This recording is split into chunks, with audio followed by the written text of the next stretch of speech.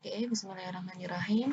Sekarang kita akan lanjutkan lagi terkait modifikasi pati pada tahapan pati modifikasi secara kimia. Setelah tadi yang partially cleavage atau conversion, sekarang kita akan masuk modifikasi berikutnya yaitu dengan oksidasi. Apa sih oksidasi itu? Modifikasi pati dengan oksidasi itu juga serupa dengan disebut juga dengan modifikasi pati dengan bleaching. Artinya apa? Di sini nanti dia juga memberikan efek berupa pemutihan karena penghilangan zat-zat warna. Apa sih sebenarnya yang dilakukan pada proses modifikasi oksidasi ini? Pertama, reagen yang digunakan adalah hidrogen peroksida, arang parasetat, amonium bersulfat, ataupun sodium hipoklorit. Namanya saja proses oksidasi, berarti yang ditambahkan adalah biasanya bahan-bahan yang berupa reduktor. Biasanya dilakukan dengan secara basah, artinya apa? Ada perendaman dengan reagen atau larutan tersebut. Nah, terjadi juga oksidasi pigmen, ini yang menyebabkan biasanya warnanya jadi lebih putih, lebih pucat.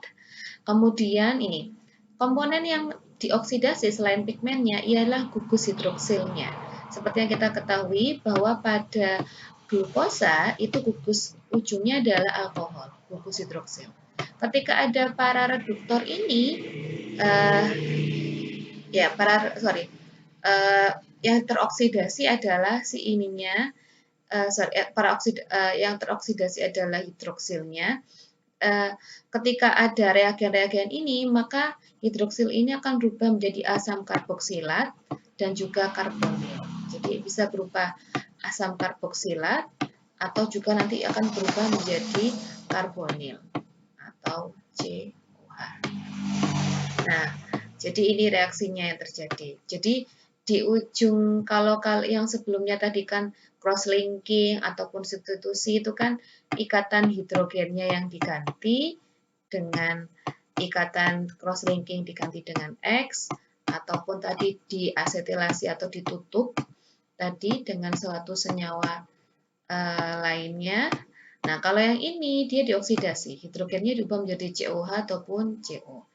Efeknya seperti apa pada sifat patinya? Pertama, patinya warnanya lebih muda. Kemudian ini tidak mudah terretrogradasi. Kenapa kok tidak mudah terretrogradasi? Karena ketika dia sudah menjadi molekul COH atau COH, ini kan berarti molekulnya lebih besar. Molekul oksigennya ini juga nanti bisa membantu untuk mengikat airnya. Dan tadi ketika sudah proses retrogradasi atau pendinginan, pembentukan kembali kata hidrogennya akan susah. Akhirnya tidak akan mudah yang namanya terjadi setback ataupun sineresis, sehingga ini retrogradasinya bisa ditahan. Dan akhirnya gel yang dibentuk lebih lunak. Ini biasanya reaksinya, jadi diputus ikatan glikosidiknya biasanya, kemudian di sini dioksidasi gugusnya menjadi karboksaldehyid, keton, bahkan juga karboksil. Dan hasil yang dihasilkan adalah biasanya patinya viskotisasinya lebih rendah, kemudian stable starch, artinya tadi tidak mudah mengalami retrogradasi. Oke, jadi ini yang terjadi. Biasanya oksidasi bahan yang digunakan bisa klorin atau sodium hipoklorit, di mana akan mengurangi kecenderungan amilosa untuk terreasosiate atau retrogradasi, tadi yang saya sudah jelaskan di awal. Biasanya digunakan untuk menghasilkan gel dingin yang dia viskositasnya cukup intermediate, jadi nggak terlalu strength, jadi gelnya soft gel. Kemudian dia juga punya kemampuan untuk perekatan yang baik, jadi bagus digunakan untuk breadfruit. Ini biasanya ya seperti kita tahu biasanya pada nugget.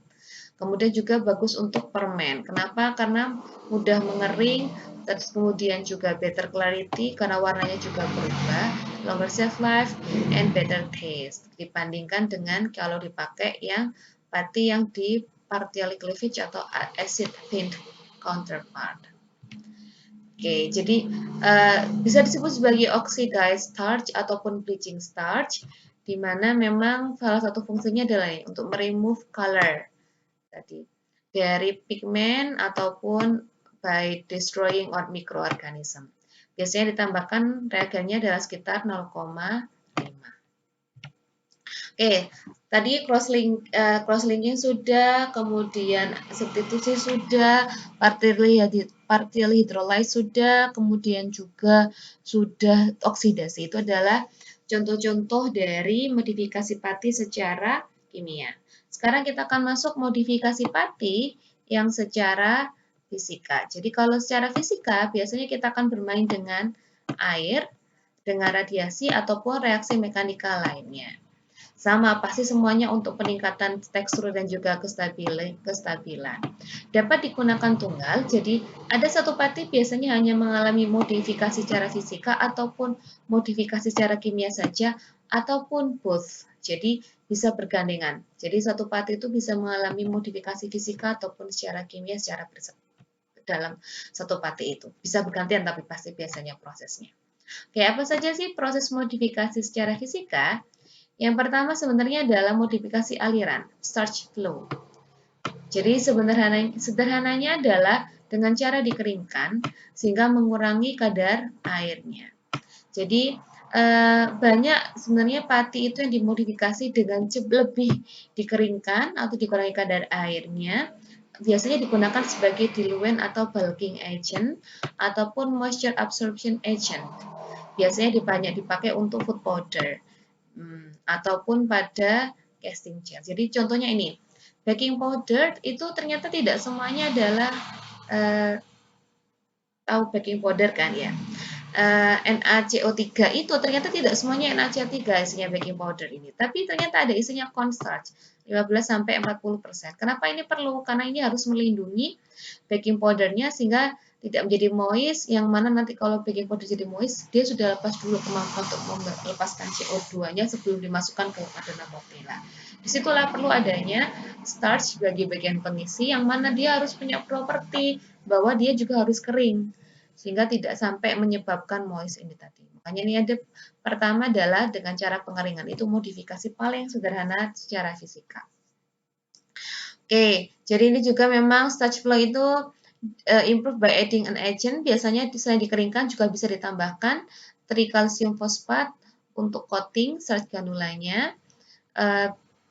Biasanya juga dipakai di confectionaries atau permen-permenan. Seperti contohnya pada gum candies, ya. Yang kalian pahami ya, biasanya saya sebut yang merek kayak Yupi itu biasanya pasti luarnya juga pasti ada tepungnya. Oke. Ini juga ada contoh misalnya, the addition of 10% of mineral oil to the starch promotes bridging between granules and reduce power flow even after the starch is dry to 60%. Jadi bisa juga ditambahkan dengan mineral oil untuk membantu pergerakannya biar lebih flow-nya lebih bagus lagi. Oke. Selain dengan pengeringan untuk mendapatkan starch flow tadi, atau pati yang dimodifikasi dengan pengeringan sehingga kadar airnya tadi bisa lebih rendah dan mudah mengalir dan sebagainya. Ada modifikasi fisika lainnya yang juga banyak dimanfaatkan adalah pre-gelatinized starch. Jadi pati yang sudah digelatinisasi lebih dahulu. Pati ini punya kemampuan, dia dapat mengembang dan juga mengental dengan kontak dengan air saja. Di mana biasanya disiapkannya prosesnya dengan pemanasan. Pre-gelatinized starch ini dengan pemanasan menggunakan apa? Drum drying, spray drying, ataupun dipanaskan menggunakan etanol ataupun ekstrusi. Biasanya dipakai untuk kenyamanan dan penyiapan produk-produk rumahan seperti pada contohnya instan puding. Atau yang saya sebutkan sebelumnya misalnya bubur instan. Itu adalah contoh pati yang memanfaatkan pre-gelatinized starch, di mana dia dengan mudah membengkak dan mengental cukup dengan dikontakkan dengan air. Bayangkan kalau sebelumnya beras ya, kalau mau bikin bubur kan tepung berasnya harus dipanaskan dulu kan, sampai mendidih baru bisa jadi bubur. Sedangkan bubur instan kan hanya dengan air hangat saja sudah bisa menjadi kental dan mengembang. Oke, ini jadi bisa juga selain bubur instan juga banyak dimanfaatkan di produk yang done in food heat, such as produce pourable salad dressing. Ini juga banyak dipakai di sini. Nah, bagaimanakah cara menyiapkan pre-gelatinization starch? Jadi yang pertama bisa pakai drum drying. Jadi drum drying itu sebenarnya ada 2 drum besar gini, di mana di dalam 2 drum besar ini alirannya biasanya adalah begini, ya.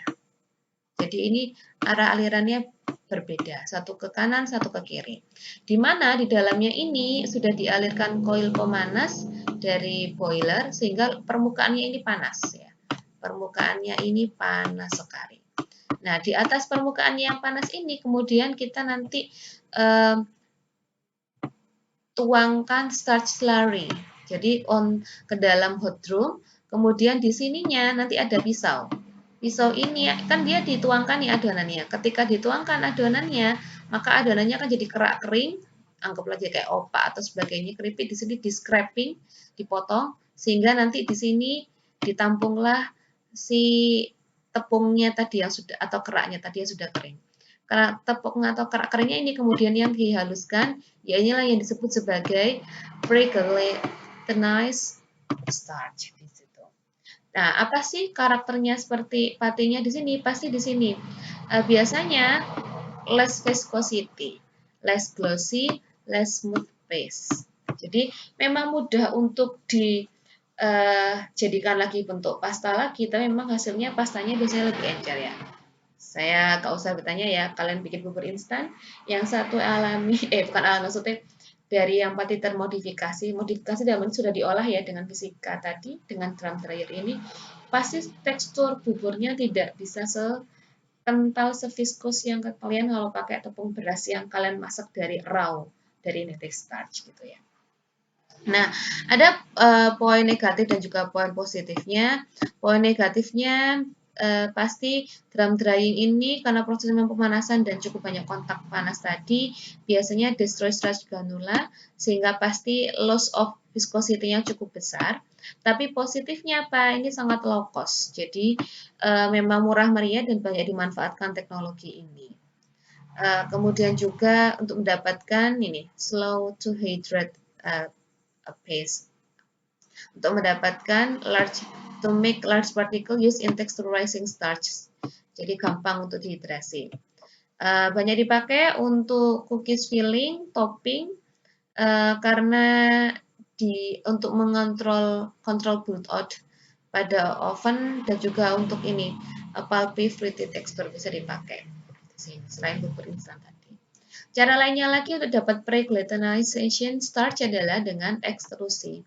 Jadi ekstrusi itu sebenarnya adalah mesin yang digunakan untuk membuat snack, ya. Snack-snack kayak ciki, kayak yang snack-snack puffing itu adalah ekstrusi. Jadi ekstrusi itu kalian bayangkan ada kolom besar. Nah, di kolom besar ini ada screw atau ulir besar di mana di sini tekanannya tinggi. Nanti di sini hopper atau masukannya dari bahan adonan tepungnya. Tepungnya masuk sini, diberikan tekanan. Oh, kalian bayangkan kayak penggiling kopi atau penggiling mie. Jadi diputar sehingga di sini adonannya masuk ke dalam berputar-putar sampai di sini di selain. Nah, putar ini kan memberikan tekanan. Akhirnya patinya tergelatinisasi di sini. Nah, sampai di luar sini dia bukaannya sangat kecil. Ketika bukaan kecil dipotong, puff, dia langsung membentuk snack yang mengembang.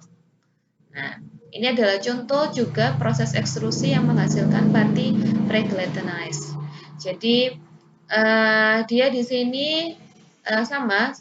Kalian bayangkan di sini kayak contohnya ya snacknya Simba, snack Simba coklat, bol, ciki bol itu kan juga contoh-contoh pati modifikasi di mana dia kalau udah jadi snacking gitu kan kalau kasih air langsung aja sudah bisa jadi bubur sebenarnya sama kayak sudah tergelatinisasi gitu ya. Jadi in comparison to drum dry starch, pati terekstrusi ini memiliki lower average bobot molekul amilosa dan amilopektin yang lebih rendah. Karena apa? Di sini tidak hanya karena ada pengaruh temperatur dan tekanan.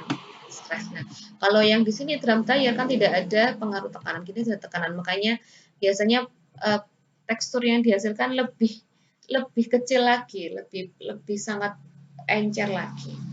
Kemudian tapi di sini juga punya kemampuan nih, lower cold water swelling power dan greater solubility. Jadi ini kalau yang sebelumnya ini drum drying masih harus pakai air hangat biasanya, walaupun air dingin sungai juga bisa.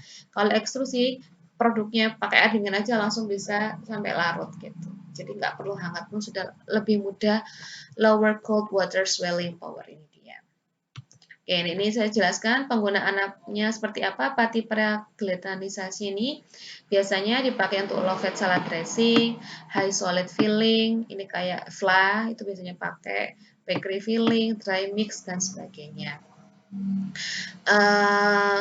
Jadi instant starch ini biasanya di blend dengan dry ingredient lainnya sebelum ditambahkan zat cairnya untuk memperlambat hidrasi dan meminimasi proses lumping. Jadi memang biasanya makanya tadi kalau bikin bubur instan biasanya semuanya kan digabungin semua jadi satu biar lebih hidrasinya lebih lama gitu. Jadi benar-benar hidrasi semua.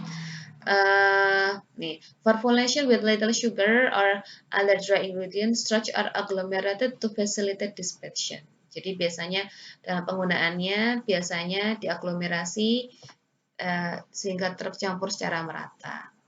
Oke. Dapat juga ini seperti awal tadi juga bisa ditambahkan oil untuk membantu nanti perataannya. Oke, nah modifikasi pati ini yang berikutnya adalah cold water swelling. Jadi sebenarnya cold water swelling ini adalah suatu istilah yang digunakan untuk granula pati yang bisa mengembang saat langsung terjadi pembasahan. Dihasilkannya dengan apa? Dengan spray dry atau dipanaskan dengan larutan etanol. Hasilnya seperti apa patinya? Patinya akan lebih shiny cerah, bagus, tapi kemudian punya tekstur yang short and heavy texture base. Ya, short itu nggak terlalu kalau long itu kayak mie gitu loh, panjang lengket. Kalau short itu gampang kepotong, tapi heavy texture pas ya kayak bubur itu. Itu contoh bubur tuh kayak short heavy texture, bubur beras itu, short heavy texture gitu kira-kira. Jadi ini tadi ya, preglutanisme memang juga sifatnya adalah cold water swelling. Apa saja modifikasi pati lainnya secara fisika? Ada yang namanya annealing. Annealing ini dia di prosesnya adalah dengan air yang banyak pada suhu di atas gelas transisi tapi di bawah gelatinisasi. Jadi sebenarnya sebelum terjadi proses, gelatinisasi kan gini ya. Nah, gini. Nah, ini ketika saat ini bisa kita katakan suhu gelatinisasi. Sebelumnya di sini, ini ada namanya suhu mulai sudah terjadi fase akan ada masuknya air. Ini glass transition. Nah, yang namanya annealing ini dia dipanaskan dengan jumlah air berlebih pada suhu di sini. Sesudahnya gelas transisi, sebelumnya gelatinisasi. Apa yang dihasilkan kalau pati itu dipanaskan dulu di sini dalam waktu yang agak lama, nih di atas 12 jam baru kemudian dikeringkan lagi, maka patinya di sini akan increase fasting onset temperature. Pasti nanti berikutnya lagi proses pemanasannya akan butuh waktu lebih lama. Kemudian peak viscosity-nya akan turun dan tetapi viskositas pada pendinginannya akan naik. Jadi kalau mau mengurangi biar nanti patinya nggak usah terlalu kental, maka dari awal udah dipanasin awal dikit dulu lama, baru nanti dikeringkan, baru nanti diproses biar nggak terlalu kental. Mengurangi kekentalan maksimum itu dengan cara annealing. Oke, kalau tadi annealing, kalau di sini kita memanaskan pati tetapi jumlah airnya sedikit. Hanya 25% air pada suhu 100 derajat Celcius, berarti kan di atas gelatinisasi. Moist heat. Di sini apa efeknya? Hampir serupa dengan annealing. Di sini juga untuk mengurangi swelling power. Jadi nggak terlalu kental, tapi juga ini kelarutannya berkurang. Hasilnya seperti apa nanti yang pada gelnya biasanya kurang kuat dan opacity-nya jadi lebih tinggi. Kenapa? Karena ini dapat drastically reduce loss of amylose on gelatinization. Jadi sebenarnya apa yang terjadi ketika sudah di awalnya dipanaskan pada suhu tinggi, amilosanya sudah pecah dulu sebelum gelatinisasi. Sehingga ketika nanti dipanaskan lagi, diproses gelatinisasi lagi nih, swelling power-nya akan turun. Karena apa? Udah lepas dulu amilosanya. Tapi kemudian dia di sini punya kemampuan stabilitasnya, freeze thaw-nya jadi lebih baik dan juga bagus untuk produk-produk pangan kalengan. Kalau ini moist heat, kalau ini drying heat. Drying heat. Apa drying heat di sini? Jadi drying heat di sini kadar airnya rendah, suhunya tinggi pada waktu yang lama. Apa yang dihasilkan? Patinya di sini dissolve easily. Nah, jadi mudah larut. Tetapi apa di sini? High viscosity. Kebalikannya dengan yang pre-gelatinized. Kalau pre-gelatinized dia dissolve easily tapi low viscosity. Kalau ini dry heat, dissolve easily but high viscosity. Biasanya banyak dipakai di apa? Untuk instant soup, saus, ataupun quick cooking product. Jadi yang sup tadi bisa padang, bisa pakai drum dryer, bisa pakai dry heat. Tapi kalau drum dryer tadi kan sangat low cost sekali mudah. Kalau ini bisa dibayangkan ya, diatur kadar airnya rendah, suhunya juga tinggi, tapi waktunya lama. Jadi pada mechanical energy biasanya di sini memang dipakai untuk pre-gelatinisasi pati. Jadi memang perlakuan awal sebelum digelatinisasi, benar real gelatinisasi patinya. Bisa digunakan untuk meningkatkan gel strength-nya dan juga meningkatkan stabilitas patinya. Nah, apa yang biasanya dipakai untuk various degree of disruption starch granule and degrading starch polymer biasanya dipakai apa untuk melakukan hal-hal itu? Dalam hal ini untuk pre-gelatinized starch ini untuk memberikan kekuatan gel tadi bisa pakai ball mill, bisa pakai ultrasound ataupun pakai tekanan. Jadi ini perlakuan-perlakuan fisika lainnya yang digunakan untuk pre-gelatinisasi patinya sehingga nanti bisa dibayangkan patinya tuh kalau udah pre-gelatinisasi itu kayak lebih kepotong-potong sehingga amilopeknya sudah banyak yang kepotong, nah banyak amilos yang keluar sehingga gel strength-nya akan memang lebih tinggi. Bisa dilakukan dengan apa? Dengan ball mill. Jadi ball mill ini lebih membantu untuk memecah granula patinya atau pakai ultrasound di sini sama ini bisa ini contohnya dilakukan di Ajinomoto. Ultrasound itu pada kondisi basah dapatkan tadi untuk dapatkan pati dengan higher gel strength ataupun dengan tekanan. Jadi di sini pada proses pre-gelatinisasi tadi diberikan energi berupa tekanan yang tinggi sehingga meningkatkan pasta dan solid properties dari patinya. Jadi bisa lebih stabil retrogradasinya dan sebagainya. Oke, masih dalam praktek yang fisika, cara lainnya adalah dengan ditambahkan pelarut tapi ada perlakuan pemanasan. Jadi ini di pati tepung itu dipanaskan pada 140 pada penggunaan pelarut etanol sehingga dihasilkanlah synthetic properties pada produk patinya banyak dipakai untuk produk bayi di sini. Di mana produk yang dihasilkan itu swellingnya juga swelling power starch-nya itu rendah, jadi nggak terlalu kental dan mudah dicerna oleh bayi itu tadi. Jadi memang banyak dipakai. Oke, solvent extraction typically remove surface lipid sehingga karena pakai solvent sehingga lipidnya pergi sebagai pengotor pati tadi sehingga akan meningkatkan kemampuan amilosa untuk keluar dan juga kelarutan secara umum. Oke, terakhir yang digunakan untuk modifikasi secara fisika adalah radiasi.